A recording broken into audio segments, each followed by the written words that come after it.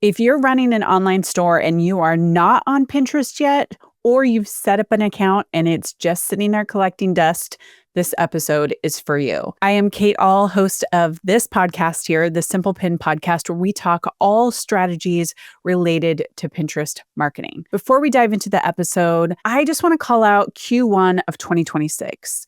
This may be your breakout quarter when it comes to Pinterest. I want Pinterest to be an amazing growth engine for you, from building a high-performing account from the ground up, because maybe you're new, or to creating images that stop the scroll and get clicks and saves. We want to help support you with your organic or your Pinterest marketing. And right now, some of our ads are delivering 5x, even 10x return on ad spend. So we have you covered when it comes to Pinterest expertise. If you are ready to hire that out to an agency with over 12 years of Pinterest experience, you can simply click the link below to book a call with our discovery call team. It's just a call to get to know you, you get to know us, and figure out if this is the next right step for you in 2026. Alrighty, let's dive back into the episode. So e-commerce. E-commerce is huge on Pinterest, and there's a lot of store owners who are stepping back and going, I don't know. In fact, I just did a great podcast with Andrew of Ecom Fuel. I'll link that below in the podcast too as well, because a lot of e-commerce owners set Pinterest aside. They think this is not for me. It is just for recipes or weddings. My product won't sell on Pinterest. And I'm here to tell you that is not true. So I'm going to break down today what you need to know to get started as an e-commerce brand on Pinterest. But I'm also going to wrap it up by addressing those who have already started and maybe you're a little bit frustrated. You might be seeing growth, but no sales. I'm going to talk about that at the end. Number one. Why does Pinterest matter for e-commerce? Let's talk about why Pinterest should even be on your radar. Because here's the thing, Pinterest isn't social media. I know it might look like it, but it's actually a visual search engine, and that kind of changes everything. When someone's scrolling Instagram or TikTok, they're usually killing time. But when somebody's on Pinterest, they're actively searching for solutions. They are planning a wedding, redecorating their living room, looking for the perfect birthday gift, or maybe even something specific for travel that they're about to take. The intent is completely different. Pinterest users are in a discovery and planning mode, which means they're much closer to making a purchase decision. Here's some stats that might surprise you. Pinterest has almost 600 million monthly active users. That is an 11 to 15% jump year over year. And they're not just browsing, they are buying. In fact, 1 in 3 online shoppers on Pinterest earns over $100,000 annually. And those are the people with purchasing power. But here's my favorite. 80% of weekly users find inspiration for purchases on Pinterest. That's right. They're actively looking for things to buy. And 85 to 90% of usage happens on your phone. I would actually say it's probably even closer to 95%, which means when people are pinning, they're out and about. I have actually been in a location, taking a picture of something and to see if I could actually buy it, because maybe it wasn't for sale or maybe it was decor. Also, video is doing amazing on Pinterest right now. I did a Google search the other day and actually a video came up right below the AI overview, right next to YouTube and Instagram. So we'll dive into video in just a minute. All right, number 2, setting up your Pinterest business account. You want to have a Pinterest business account because this allows you to get all the amazing features on the platform. We're not using a personal account here. A business account is free. It gives you access to analytics, Pinterest ads, and most importantly, all the shopping features that you're going to need so people can buy directly from your pins. When you're setting up your profile, think of it like a storefront. Your profile name should include what you sell, not just your brand name. Think Luxe Home Company and maybe match it with modern furniture and decor. This helps with search. Also tells the person when they land on your profile exactly who you are and what you do. Your profile also needs a description to clearly explain more of that title or your brand name. So make sure you fill that out. And here's something people often miss. this. Claim your website. This verifies your domain and gives you access to deeper analytics. It takes less than 5 minutes, and honestly, it makes a massive difference in how professional your profile looks. I did a review for some merchants at one point, and some of them did not have a business account set up, or they didn't even have a profile picture. They didn't have a profile name or description. I literally could not figure out what they sold. Step 3, create your very first boards or organize the boards that you do have. Think about boards like categories in your store. They need to be really thoughtfully organized. I actually just recorded a great episode all about boards, so I'm going to link that below in the description, so go listen to that next. You want to start with at least 5 or 10 boards that really represent your main product categories and some themes. So if you sell skincare, you might have boards like nighttime skin care routines, anti-aging tips, natural skincare, or skincare for acne-prone skin. Notice I just didn't say our products. I've seen that a lot. That is boring, and nobody is searching for our products. Your board name should reflect what people are actually looking for. Each board needs a description packed with keywords. Do not keyword stuff, but naturally include some terms that your customers are going to use. Here's a pro tip. Make your first 3 to 5 boards at the top of your profile really, really strong, because people only scroll about 3 to 4 times when they hit a profile, a board, or a section. So it's always better to have fewer active, engaged boards than a ton of empty ones with like 1 to 2 pins. I think we're on step 4. Create pins that convert. Here's where the magic happens. People on Pinterest, when they are scrolling, right, they're looking at pins. These are the images that you see on Pinterest. Your pins should be vertical, the ideal 2 to 3 ratio. It's 1,000 by 1,500. Horizontal images just don't perform best on Pinterest. Caveat, your product pins, which are selected when your catalog is connected, I'm going to talk about that in a second, so I know I've gone a few steps too far, but they are square. They're, was that a 1-to-1 ratio, 200 by 200 minimum? So in that case, you really don't have a lot of control over product images, but when you can create your own images, we want them to be vertical. And that is simply because majority of the users on Pinterest engage with vertical type pins. So let's talk about pin design. Your pin design of those pins should be clean, eye-catching, and kind of clearly show what you're offering. Text overlay is your friend here. We often call this the copy on the pin. So Pinterest is a search platform. They have visual search, so they will read that text on the actual pin image. So don't put a lot of words. Maybe you could say summer 2025 sandal collection. You could have a roundup of the best leather wallets that you offer. Make it a little bit more explanative.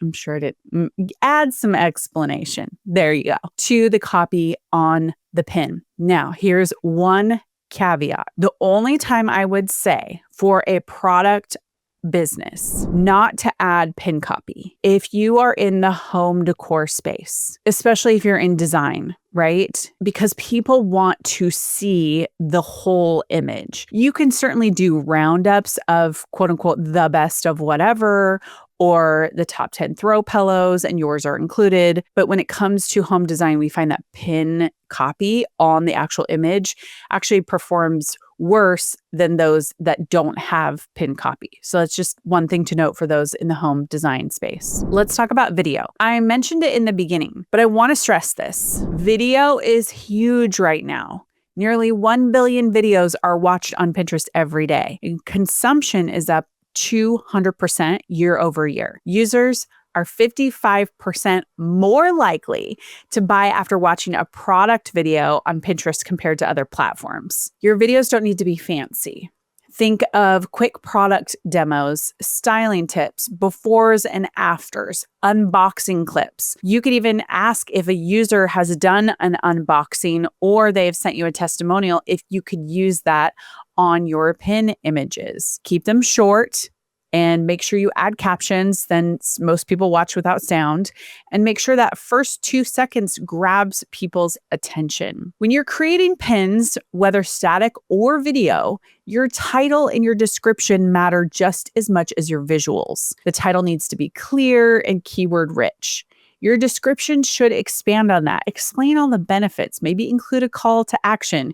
You don't have to say something like click here, but you can say, grab this great travel tech organizer for your next vacation. And here's something crucial. Every pin should link back to a specific product page or blog post on your website. Do not send everybody to your homepage. Match the pin with the most relevant landing page. I cannot tell you how many products I find on Pinterest that do not have a link. And then when I use the visual search tool, because I'm trying to match that image, I find a bunch more images that don't have a link because everybody keeps saving. That's the beautiful part about Pinterest is that somebody found, in my case, it was a shirt, this shirt that was so amazing. And then there was really no place to find it. And everybody else thought it was amazing too because they had saved it as well. Always, always, always add a link. Somebody messaged me, or maybe it was on YouTube, and they asked me about a new strategy that's being taught, which I actually kind of can't believe this, where you don't add a pin link. Please don't do that. Please don't. Just add a link. It is never worth it to gamify something for a short win when Pinterest is a long-term platform. It is counterintuitive to me. And I'm sure somebody would say, well, it might increase monthly views, which might increase more of the saves on my other pins. I don't buy it. I'm not buying what they're selling.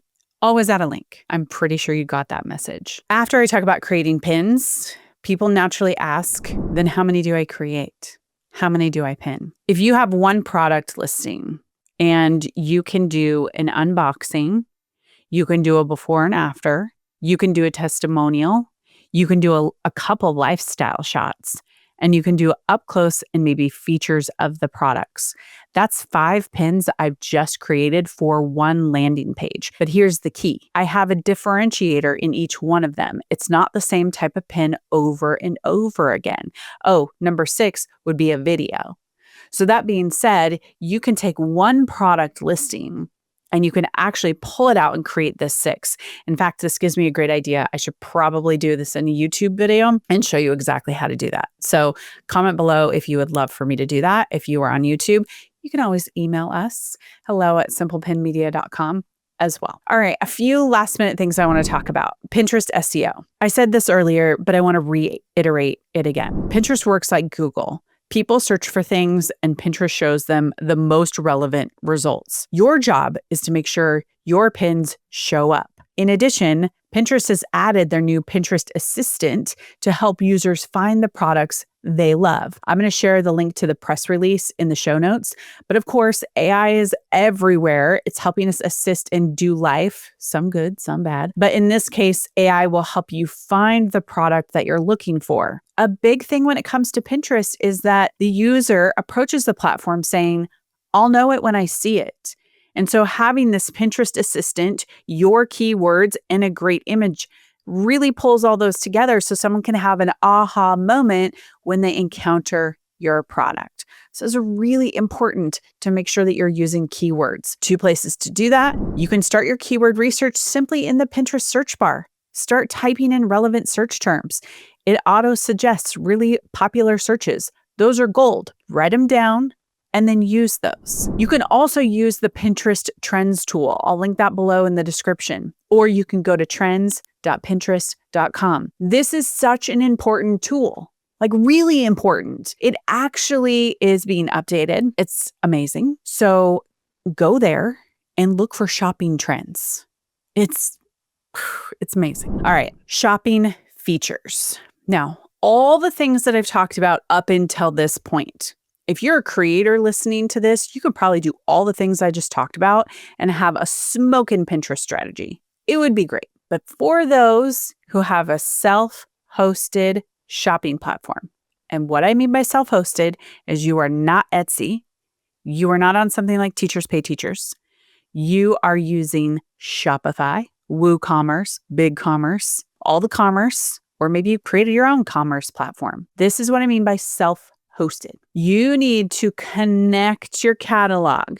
You need to go one step deeper in this relationship with Pinterest to connect the feed, because this is where the money is. And here's why. When someone searches and they see a product that is yours, it has the right cost, it has the right link. If you have inventory, it's still there. If you don't have inventory, it goes away. So this product feed, this relationship that you and Pinterest now have together in the shopping feed, allows all of your inventory to be updated every 24 hours, which is such a huge solution to what I was talking about earlier. When someone saves a pin and it doesn't have a link, but I really want to buy it, missed opportunity. This allows you to no longer have missed opportunities on the platform. It literally removes a lot of the friction where I can just click to buy your cute little ceramic mug. I can see the price and I can go straight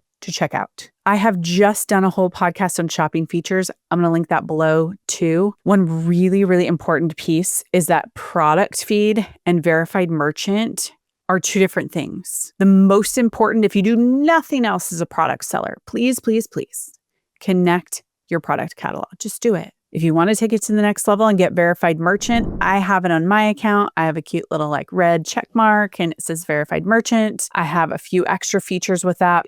Can be a little clunky to get approved for that. I've heard hit or miss from people having an easy time to not a good time. There's a lot of things that go into that. So I'm going to link to that podcast I just did. You can go look into that and see if verified merchant is the next right step after you've connected your shopping catalog. Pinterest ads. I love Pinterest ads. I know for a lot of people, I don't know, they have mixed signals from people about them. So they just don't know, right? Here's what I would say. Do all the things that I've just suggested, make sure you are set up, right? And then dive into Pinterest ads, maybe on your best performing organic pins. You can use a lot of Pinterest targeting, retargeting options.